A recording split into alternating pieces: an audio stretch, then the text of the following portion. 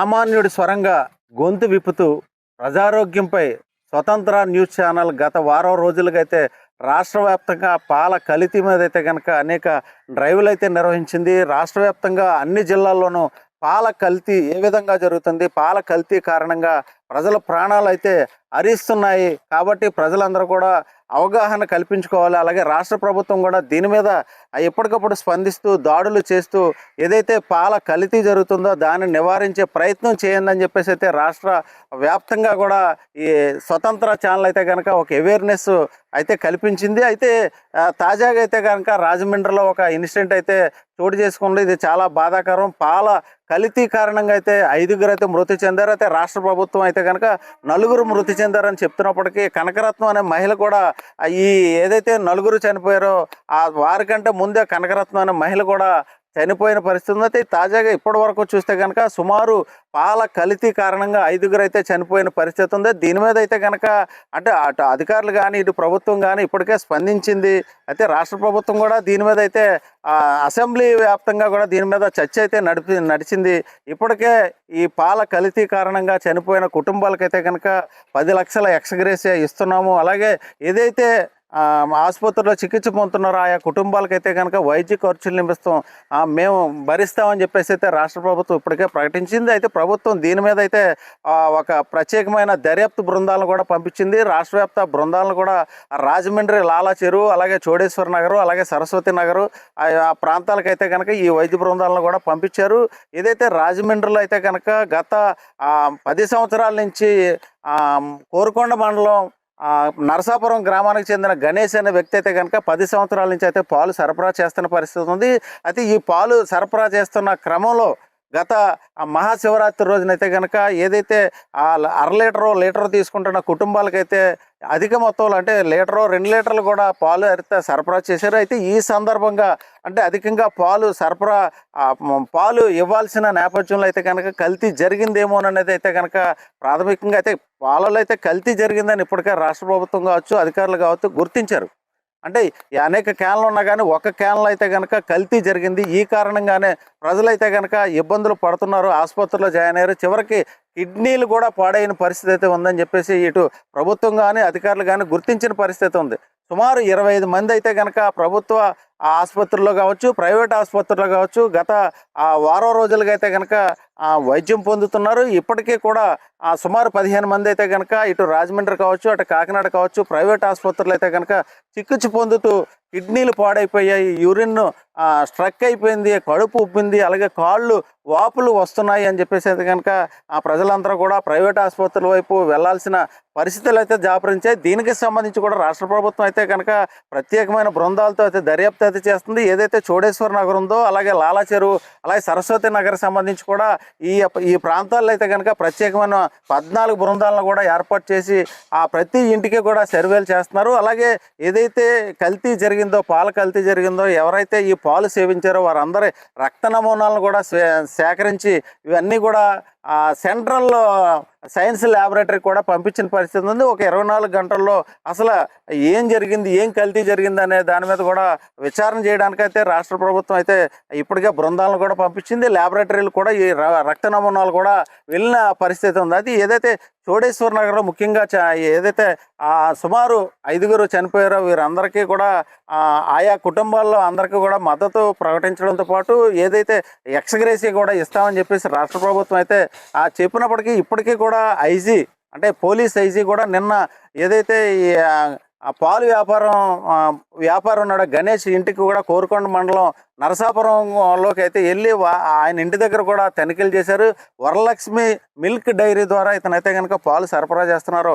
ఆ వరలక్ష్మి మిల్క్ డైరీని అయితే క్షుణ్ణంగా పరిశీలించి ఎక్కడ క్యాన్లో కల్తీ జరిగిందో, రసాయనాలు కలిపారో గుర్తించారు.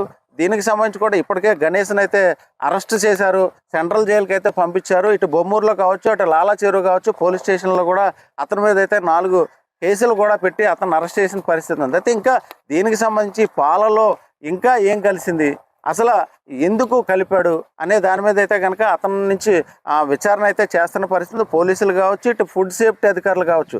అతనితో నిన్నైతే కనుక ఇంటరాక్ట్ అయ్యారు. అతని నుంచి అయితే ఇన్వెస్టిగేషన్ అయితే చేశారు. కొన్ని పలు ఆసక్తికరమైన విషయాలు కూడా అతను చెప్పడం జరిగింది. అయితే దీనికి సంబంధించి కూడా అంటే స్వతంత్ర న్యూస్ ఛానల్ గత వారం రోజులుగా అయితే దీని మీద ఒక డ్రైవ్ నిర్వహిస్తున్న క్రమంలో రాజమండ్రిలో జరిగిన ఇన్సిడెంట్తో అయితే కనుక స్వతంత్ర చేసిన సర్వీస్ని అయితే కనుక ఇటు ప్రజలు కావచ్చు, అధికారులు కావచ్చు, అందరూ కూడా ఎప్రిషియేట్ చేస్తున్న పరిస్థితి ఉంది. మనం కాకినాడలోనైతే కనుక ఒక ట్రెజరీ కాలనీలో అయితే ఉన్నాం. ఇక్కడ ప్రముఖులు కావచ్చు, వివిధ పార్టీలకు సంబంధించిన నాయకులు కూడా ఉన్నారు. అలాగే ఇక్కడ చీఫ్ ప్లానింగ్ ఆఫీస్కి సంబంధించి రిటైర్డ్ ఆర్జేడీ మహిపాల్ గారు ఉన్నారు. ఆయన అయితే అడిగి తెలుసుకుందాం. సార్ చెప్పండి, అసలు ఈ పాలుకి సంబంధించి అయితే కనుక గత వారం రోజుల నుంచి స్వతంత్ర న్యూస్ ఛానల్ అయితే కనుక ఒక డ్రైవ్ అయితే నిర్వహించింది.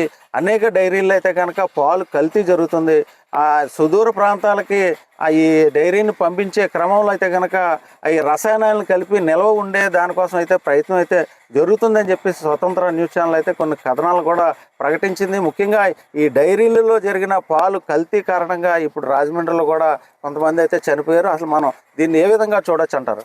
పేరు తగ్గట్టుగానే స్వతంత్ర న్యూస్ ఛానల్ వారు సామాజిక బాధ్యతలో భాగంగా మానవ మనుగడకే ప్రశ్నార్థకంగా మారినటువంటి కల్తీ మీద ఒక ఇన్వెస్టిగేషన్ చేసి దాని మీద కథనాలు ప్రతిరోజు ప్రసారం చేయడం నిజంగా స్వతంత్ర ఛానల్ వారిని నేను మనస్ఫూర్తిగా అభినందిస్తున్నాను.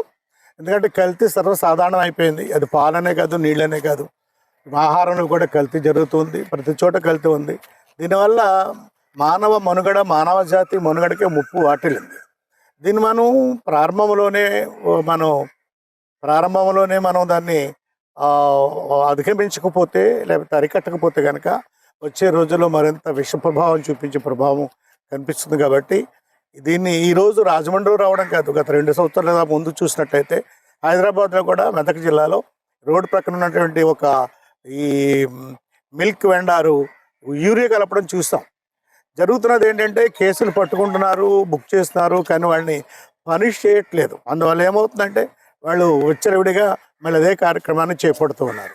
ఎప్పుడైతే ఒకసారి ఇదేంటంటే ఆల్మోస్ట్ హత్య చేసినట్టే, మనిషి ప్రాణాలు తీస్తున్నాడంటే హత్య చేసినట్టే. హత్య చేసిన వాడికి ఎలాంటి శిక్ష పడుతుందో వీళ్ళకి కూడా ఎలాంటి శిక్ష పడినప్పుడు మాత్రమే ఈ కల్తీ చేసేవాళ్ళు భయంగా ఉంటారు, బాధ్యతతో ఉంటారు.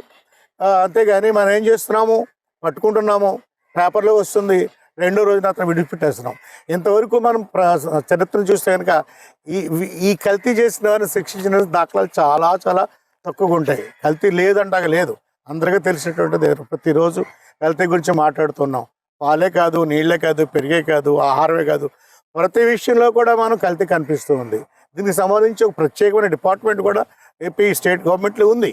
ఈ గవర్నమెంట్లో ఉన్నటువంటి డిపార్ట్మెంట్ ఏం చేయాలంటే కేవలం ఫిర్యాదు అందినప్పుడు కాకుండా ఫిర్యాదు లేనప్పటికి కూడా వాళ్ళు పీరియాడికల్గా కనుక అక్కడ దాడులు చేస్తున్నట్లయితే ఈ పోస్ట్ మార్టం కాకుండా మనుషులు చనిపోక ముందే అనేక ప్రాణాలు రక్షించబడిన వాళ్ళు అవుతాం. కాబట్టి డిపార్ట్మెంట్ అలర్ట్ అవ్వాలి, సమాజం అలర్ట్ అవ్వాలి, వ్యక్తులు కూడా అలర్ట్ అవ్వాలి. మనకు అందరికీ తెలిసి కానీ మనం కూడా వెంటనే ప్రభుత్వానికి తెలియజేయడం అవసరం మన మీద కూడా ఉంది. కాబట్టి తప్పకుండా కల్తీ అనేటువంటిది సర్వసాధారణం, సర్వజనీనం అయిపోయింది. ఈ విషయంలో మరొకసారి నేను స్వతంత్ర న్యూస్ ఛానల్ వారిని మనస్ఫూర్తిగా అభినందిస్తున్నాను. ఎందుకంటే ఇంతటి సామాజిక బాధ్యత, మనిషి మనుగడే ప్రశ్నార్థకమైనటువంటి ఈ సందర్భంలో ఇలాంటి క్యాంపెయిన్ చేయడం అనేది చాలా అభినందనీయము. వారిని అభినందిస్తున్నాను. ఏది ఏమైనప్పటికీ కూడా కల్తీ అనేటువంటిది ఏ స్థాయిలో ఉన్నా మనం అందరం ఖండించాలి, దాన్ని అరికట్టవలసినటువంటిది. సార్, అంటే ఇప్పుడు పాల కల్తీ విషయంలో అయితే కనుక వినియోగం ఎక్కువగా ఉంది, అలాగే ఉత్పత్తి తక్కువగా ఉంది. ఈ నేపథ్యంలో రసాయనాలు అయితే కలుపుతున్నారు. దీన్ని అసలు ఏ విధంగా అరికట్టవచ్చు అంటారు? ఇది చాలా సింపుల్. ఎందుకంటే పాలకు డిమాండ్ పెరిగిపోతుంది, ఆ మేరకు ఎక్కడ కూడా ఉత్పత్తి జరగట్లా. అంటే డైరీస్ కూడా లేవు. ఇంతకుముందు రైతుల దగ్గర గేదెలు ఉండే, ఆవులు ఉండే. ఇప్పుడు రైతులు ఎవరు కూడా గేదెలు ఆవులు కూడా పెంచట్లేదు, వాళ్ళకి భారం అయిపోయింది.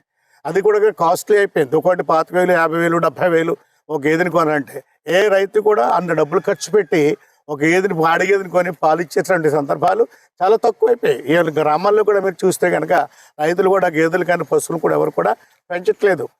మెకనైజేషన్ వచ్చినందువల్ల ఆ పశువులకి ప్రాధాన్యత తగ్గిపోయింది.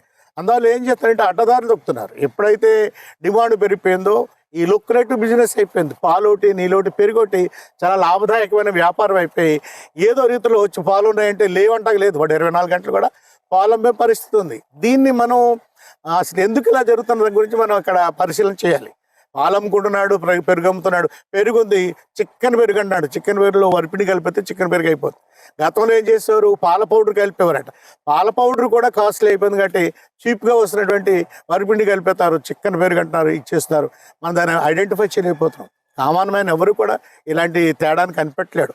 అన్నంలో కలుపుకుంటాడు, దేంట్లో కలుపుకుంటాడు, చిక్క గోధుమ కలుపుకొని తినేస్తాడు. వరిపిండ అది మరొక పిండ అనేటువంటి విషయాన్ని అతను కనిపెట్టాడు. కాబట్టి మనం దీని మీద ఉన్నటువంటి ఎవరైతే ఎక్స్పర్ట్స్ ఉన్నారో, ఎవరైతే ఎక్స్పర్టైజ్ డిపార్ట్మెంట్ ఉందో వాళ్ళు దీన్ని పరిశీలించాలి. ఎప్పటికప్పుడే పరిశీలించట్లేదు, తనిఖీలు లేవు, ఎలాంటివి లేవు. అందువల్ల ఇది యథేచ్ఛగా సాగుతూనే ఉంది. అటు చదువుకున్నవాడైనా చదువుకోనడైనా కలిపేస్తున్నాడు, అమ్మేస్తున్నాడు. పాలలో అయితే కనుక కల్తీ చాలా ఎక్కువగా ఉంది. అధికారులు కూడా దీని మీద అయితే చర్యలు అయితే తీసుకోవడం లేదు. ఈ అధికారులు ఎప్పటికప్పుడు నిఘా పెంచాలని చెప్పేసి అయితే చెప్తున్న పరిస్థితి ఉంది. ఇక్కడ మన వైసీపీ మాజీ కార్పొరేటర్ జేడి పవన్ అయితే ఉన్నారు, ఆయన అడిగి తెలుసుకుందాం. సార్ చెప్పండి, అసలు రాజమండ్రిలో ఇప్పటికే 4 అయితే చనిపోయారు, 5 అయితే చనిపోయారు. అసలు ఇంకా చాలామంది అయితే ఆసుపత్రిలో చికిత్స పొందుతున్న పరిస్థితి ఉంది. అసలు మీరు పాల ప్యాకెట్లకు సంబంధించి నకిలీ మీద మీరు ఏమంటారు? ఈ ప్రభుత్వంలో చూసిందంటే కల్తీ లడ్డు అని చెప్పి అసత్య ప్రచారం చేశారు. దానికి భిన్నంగా ఇవాళ ఇక్కడ రాష్ట్రంలో, స్టేట్లో, ఎక్కడ ఇండియాలో ఎక్కడ జరిగింది కల్తీ పాలు ఇవాళ విషయంలో. ఇవాళ దీనికి 5 ఆడి చనిపోయారు, ఇంకా కొంతమంది హాస్పిటల్లో పాప ఇబ్బంది పడుతున్నారు. దీన్ని ముఖ్యంగా తెలుసుకోవాల్సింది అంటే ఇవాళ సామాన్యుడికి ఒక మంచినీరు తోకడం కష్టమైపోతుంది, కానీ పాలు పెరుగు ఎప్పుడు కావాలో దొరుకుతుంది. కానీ ఇది ఏంటి, డిమాండ్ కన్నా ఎక్కువ ఉత్పత్తి ఎక్కువైపోయింది. ఉత్పత్తి ఎందుకు అవుతుంది దాని మీద తెలుసుకుని ఈ ఫుడ్ అండ్ సేఫ్టీ వాళ్ళు తగిన చర్యలు తీసుకుంటే ఇక్కడ దాకా రాదని, అలాగే ప్రభుత్వం దీని మీద వెంటనే స్పందించి దీని మీద వెంటనే యాక్షన్ తీసుకుని చనిపోయిన వాళ్ళకి న్యాయం చేయాలని కోరుతున్నాను. వైసీపీకి సంబంధించి ఇప్పటికే మంత్రులు కావచ్చు, లేకపోతే జగన్ కావచ్చు, దీని మీద అయితే స్పందించారు.